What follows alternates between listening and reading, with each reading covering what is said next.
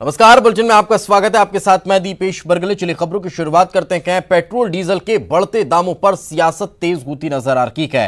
पूर्व सीएम कमलनाथ ने ऐलान किया कि पेट्रोल डीजल पर टैक्स कम न हुआ तो कांग्रेस आंदोलन करेगी। केंद्र और राज्य सरकार संकट काल में तत्काल टैक्स कम करे। महंगे पेट्रोल डीजल पर साइकिल चलाने वाले आज गायब हैं। तो ये बड़ी खबर निकलकर सामने आ रही है।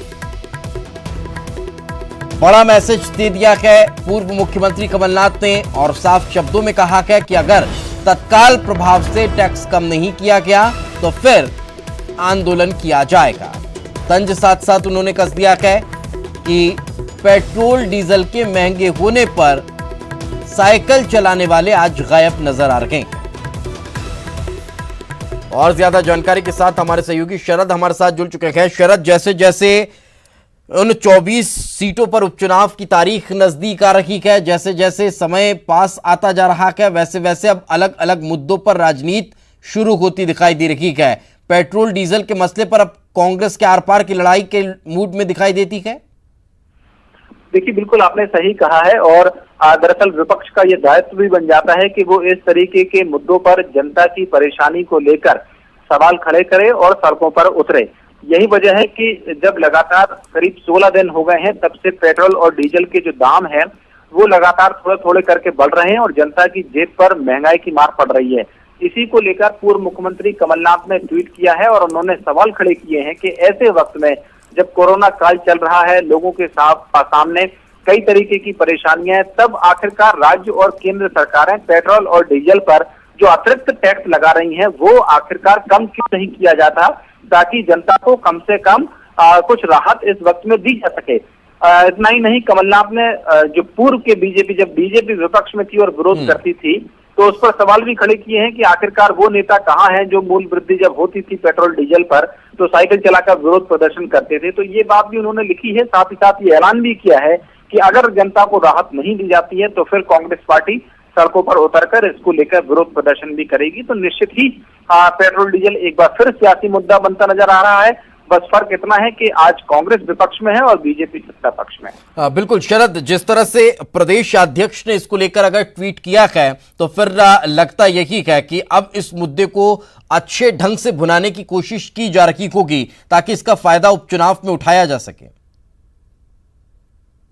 नहीं है, क्योंकि जब भी महंगाई बढ़ती है चाहे वो किसी बात को लेकर भी हो तो उसको कहीं ना कहीं राजनीतिक पार्टियां अपने फेवर में कैश कराने की कोशिश करती हैं और ये मुद्दा सीधे जनता की जेब से जुड़ा हुआ होता है। लिहाजा जनता को भी ये लगता है कि आखिरकार उस पर इतने टैक्स की मार क्यों पड़ रही है, क्योंकि इस वक्त बिल्कुल कहीं ना कहीं आप अपने आप में बेहद महत्वपूर्ण भी है। इस वक्त भूपेंद्र गुप्ता जी हमारे साथ जुड़ चुके हैं, कांग्रेस प्रवक्ता हैं। भूपेंद्र जी, बहुत बहुत स्वागत है आपका। पूर्व मुख्यमंत्री और कांग्रेस प्रदेशाध्यक्ष ने ट्वीट कर ये कह दिया है कि अगर तत्काल प्रभाव से इसे वापस नहीं लिया गया, बढ़ते दामों को और टैक्स को कम नहीं किया गया तो फिर अब हम आंदोलन की राह अख्तियार करेंगे। इसे क्या सामान्य समझा जाए या फिर चुनावी लिहाज से जोड़ दिया जाए? नहीं, ये तो जनता की तकलीफ है, इसका चुनाव से क्या संबंध है। आज जनता प्रताड़ित है। 87 रुपया जो है पेट्रोल हो गया है। आप कल्पना करते हैं कि गरीब और मध्यम वर्ग के ऊपर क्या गुजर रही है। आप खुद इससे परेशान और प्रताड़ित होंगे। आपको दफ्तर आना पड़ता है, जाना पड़ता है, 25-30 किलोमीटर आपको यात्रा करनी पड़ती होगी। पूरा प्रदेश आक्रांत है और पूरा देश परेशान है। इसमें पूरी दुनिया में जो है, मैं आज अभी से पिछले 15 दिन से हम लोग इस पर काम कर रहे हैं। हमने एक वर्चुअल आंदोलन चलाकर भी जनता की जो है नब्जे को समझने की कोशिश की है। 550-600 से ज्यादा वीडियो लोगों ने खुद स्वेच्छा से उन्होंने सामने आए हैं और ये वीडियो हम अपलोड कर रहे हैं। तो ये चीज सामने आनी चाहिए। आज जनता परेशान है, महंगाई बढ़ी हुई है, जनता बेरोजगार है, लोगों के पास काम नहीं है, उनके पास पूंजी खा रहे हैं बहुत सारे लोग अपनी, जो अभी तक की उनकी पूंजी थी।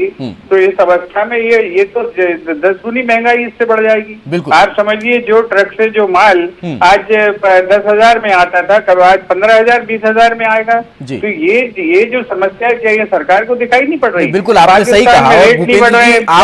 आप कांग्रेस पार्टी के एक वरिष्ठ प्रवक्ता हैं और परिपक्व राजनेता भी हम आपको कह सकते हैं, लेकिन मेरा एक सवाल का जवाब आप ये दीजिए बीजेपी ये कहकर पल्ला झाड़ लेती है कि जब 15 महीने की सरकार थी तो सबसे पहले जो राजकीय कोष है उसे भरने के लिए इन्होंने ही अब पैसों की बढ़ोतरी की थी 3 और 5 रुपए के लिहाज से।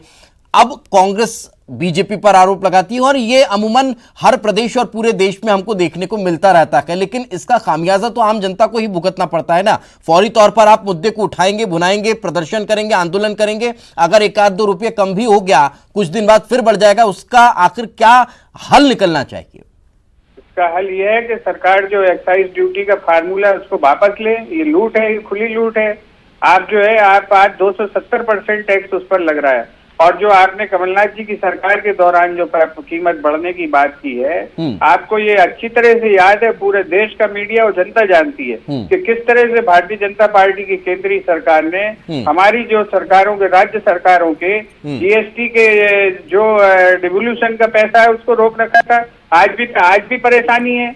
तो आप जो है जब राज्य सरकारों का जो है गला दबा देंगे, राज्य सरकारें कैसे जिएंगी और कैसे जनता के जो है काम और जन कल्याण की जो योजनाएं है उन्हें जारी रखेगी? तो हमारी मजबूरी है आज केंद्र सरकार जो जीएसटी के माध्यम से, सबकी अपनी अपनी मजबूरी कहीं ना कहीं रहती है और यही मजबूरी है जिसका खामियाजा आम जनता को हमेशा से भुगतना पड़ता है और हमेशा भुगतना शायद पड़ता रहेगा भी। बहुत बहुत शुक्रिया सर हमारे साथ चर्चा में जुड़ने के लिए। शरद, आप हमारे साथ जुड़े, आप लगातार बने रहे, आगे भी आपसे चर्चा करेंगे।